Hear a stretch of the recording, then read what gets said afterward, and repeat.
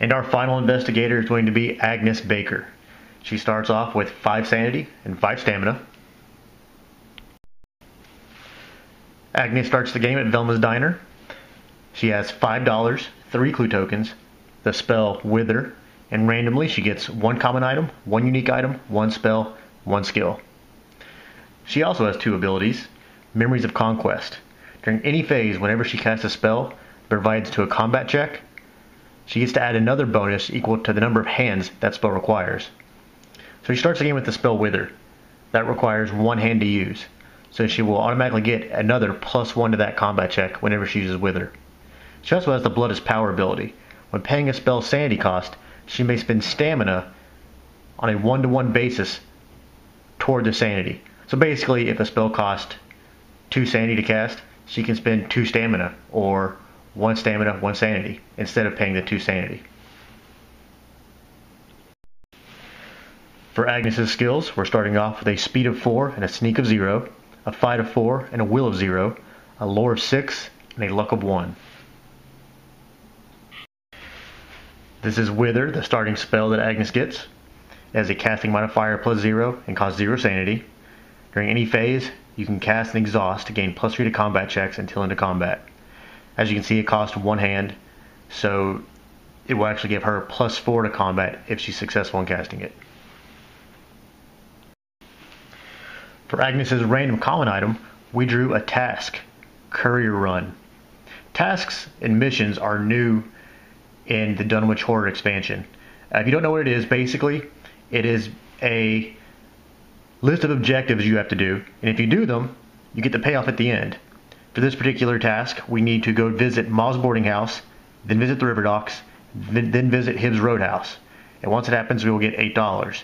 Now, visiting the location, you actually have to spend an encounter phase there.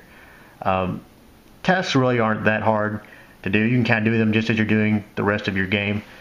Missions that appear in a unique item deck are a lot harder to complete. They often require you to sacrifice something. For her random unique item, we got the Holy Water. You can discard it to gain +6 to combat checks. It's a magical weapon, but it does cost 2 hands. So no spells if you're using the Holy Water. For her random spell, we got the Flesh Ward. It has a casting modifier of -2, a sanity cost of 1. During any phase, you can cast and exhaust to ignore all stamina loss being dealt to you from one source. Discard this card if an ancient one awakens. Pretty powerful spell. And for her random skill, we got Library Use. When you make any lore check, add +1 to each die you roll for purposes of checking for successes. Basically, this turns 4s into 5s, which makes them a success. And now for our Ancient One. For this game, we're going to be using Yog-Sothoth. Yog-Sothoth has a couple interesting abilities. For his worshippers, all cultists have magical immunity and a combat rating of -1. Cultists are normally pushovers, and they still kind of are, but we are a pretty magic-heavy group of investigators, so that'll make it a little more difficult. Now, for his game-changing ability, he has the Key and the Gate. While he stirs into slumber, the difficulty to close or seal a gate increases by 1. In addition, any investigator lost in time and space is devoured. Okay. His ability is a little confusing for newer players. It doesn't mean that it takes an additional clue token to seal a gate. Basically what that means is whenever you attempt to close or seal a gate, if it says -2 to modify it, it means -3. So it's just a little bit harder. It takes away one of your dice whenever you're trying to get that success. And then also, of course, being lost in time and space is bad enough. Now, if you are devoured. So we're going to have to avoid that at all costs. At the start of battle, any investigator with no gate trophies is also devoured. We're not really going to go over his combat right now because we want to avoid his combat at all costs. But we do need to make sure that at least every investigator has a gate trophy if we start getting close to where we think he's going to wake up.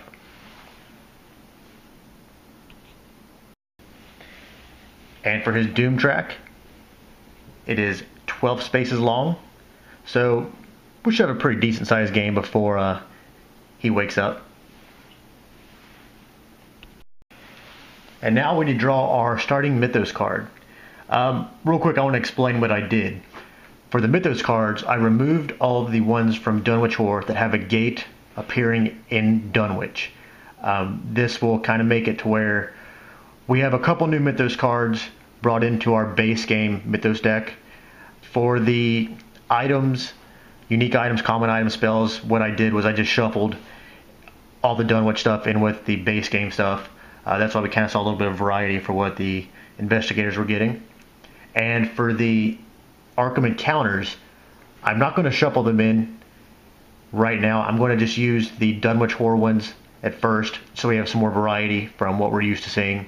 And then if we go through the Dunwich ones at a particular location, then I'll start drawing from the base game and shuffling them after I draw like you're supposed to. Alright, our Mythos card says you will have a gate and a monster appear at the Silver Twilight Lodge. For our gate, we drew a Plateau of Lang. Has a -1 to close, but because our ancient one is Yogg-Sothoth, it's actually going to be a -2. And our first monster is going to be a cultist, a -3 to sneak check. He does not cause a horror check, and normally gives +1 to combat checks, but because of Yogg-Sothoth, he has a combat rating of -1, and he also has the magical immunity ability. Here we have the Silver Twilight Lodge, where we had a clue token. And we will add our gate to the Plateau of Lang and our cultist. Because a new gate opened up, we will add a Doom token to our Doom track.